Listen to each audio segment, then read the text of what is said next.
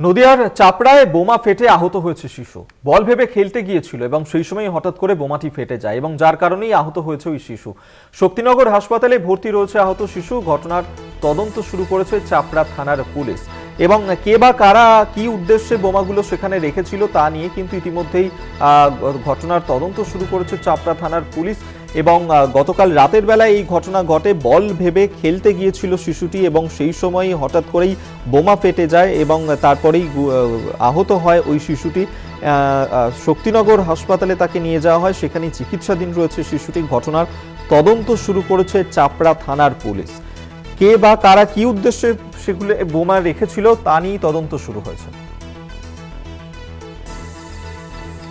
BJP নেতা রাহুল সিনহা, তার কি বক্তব্য এই বিষয়ে? অন্যদিকে সিপিএম নেতা শতরূপ ঘোষ, তিনি কি বলছেন শোনাবো। যারা এই সমস্ত কাজ করছে তাদের বিরুদ্ধে যদি কোনো ব্যবস্থা না নেওয়া হয় তো অভিযান চালিয়ে বোমা আবিষ্কার করে আর বোমা ফাটিয়ে বোমা নষ্ট করে কি লাভ আছে? আসলে যারা এই সমস্ত কাজ করছে, যেখানে বোমা তৈরি হচ্ছে সেখানে কিছু করার ক্ষমতা পুলিশের নেই, কারণ সব তৃণমূল কংগ্রেসের নেতাদের দ্বারা এগুলো পরিচালিত হচ্ছে। যে কারণে আজকে মানুষের নিরাপত্তা নেই। এর আগেও বেশ কিছু শিশু স্কুলে এবং মাঠে আহত নিহত হয়েছে, তারপরেও সরকারের ঘুম ভাঙেনি, চেতনা সরকার। মালদায় আমাদের মনে আছে পঞ্চায়েত ভোটের আগে তৃণমূলের এক নেতার বাড়িতে তার ছোট্ট ভাগ্নি বেড়াতে এসেছিল, মামার বাড়িতে বেড়াতে গেছিল। মামার বাড়িতে তখন বোম তৈরি, তৃণমূলের নেতা পঞ্চায়েতের জন্য বোম তৈরি করছে, সেই বোম ফেটে বাচ্চাটা মারা গেল। এরকম যে কতগুলো ঘটনায় ছোট ছোট বাচ্চাদের প্রাণ চলে গেল পশ্চিমবাংলায়, হিসেব করে শেষ করা যায় না। আমরা অনেকদিন ধরে বলে আসছি তৃণমূলের এই যে বোম বন্দুকের রাজনীতি, এটা খালি রাজনীতির মধ্যে সীমাবদ্ধ থাকছে না, সাধারণ মানুষ সরাসরি এর ফলে এফেক্টেড হয়ে যাচ্ছে। যে মানুষের সাথে রাজনীতির কোনো সম্পর্ক নেই সেই মানুষও এর টক্করে পড়ে যাচ্ছেন। এখন দেখা যাচ্ছে ছোট ছোট বাচ্চারা, এখন মানে আজকে বলে বলবো না, বেশ কয়েক বছর ধরে এটা চলছে, ছোট ছোট বাচ্চাদের প্রাণ চলে যাচ্ছে তৃণমূল কংগ্রেসের বোম বন্দুকের রাজনীতি। আবারকে শোনালাম রাজনৈতিক ব্যক্তিত্ব তাদের কি প্রতিক্রিয়া এই বিষয়ে। নদিয়ার চাপড়ায় সেখানেই বোমা ফেটে আহত হয়েছে শিশু। অন্যদিকে বল ভেবে খেলতে গিয়েছিল শিশুটি, সেই সময় হঠাৎ করে বোমা ফেটে যায় এবং গুরুতর আহত হয় ওই শিশুটি।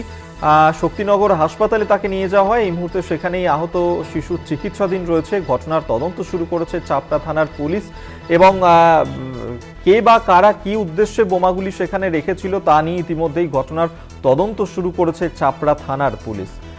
সেই ছবি এই মুহূর্তে তুলে ধরছি আপনাদের সামনে। নদিয়ার চাপড়ার এই ঘটনা, বোমা ফেটে আহত হয়েছে শিশু। বল ভেবে খেলতে গিয়েই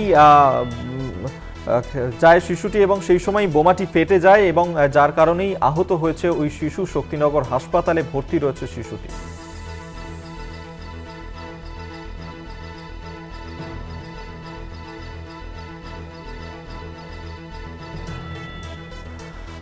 তৃণমূল মুখপাত্র অরূপ চক্রবর্তী এই মুহূর্তে আমাদের সঙ্গে টেলিফোনে রয়েছেন। অরূপ বাবু, বিভিন্ন যে ঘটনা আমরা দেখতে পাচ্ছি যে বারবার পুলিশকে কোথাও গিয়ে আক্রান্ত হতে হচ্ছে, যে ঘটনা জলপাইগুড়িতে ঘটেছে, চাপড়ায় ঘটেছে, জখম হয়েছেন পুলিশ কর্মীরা।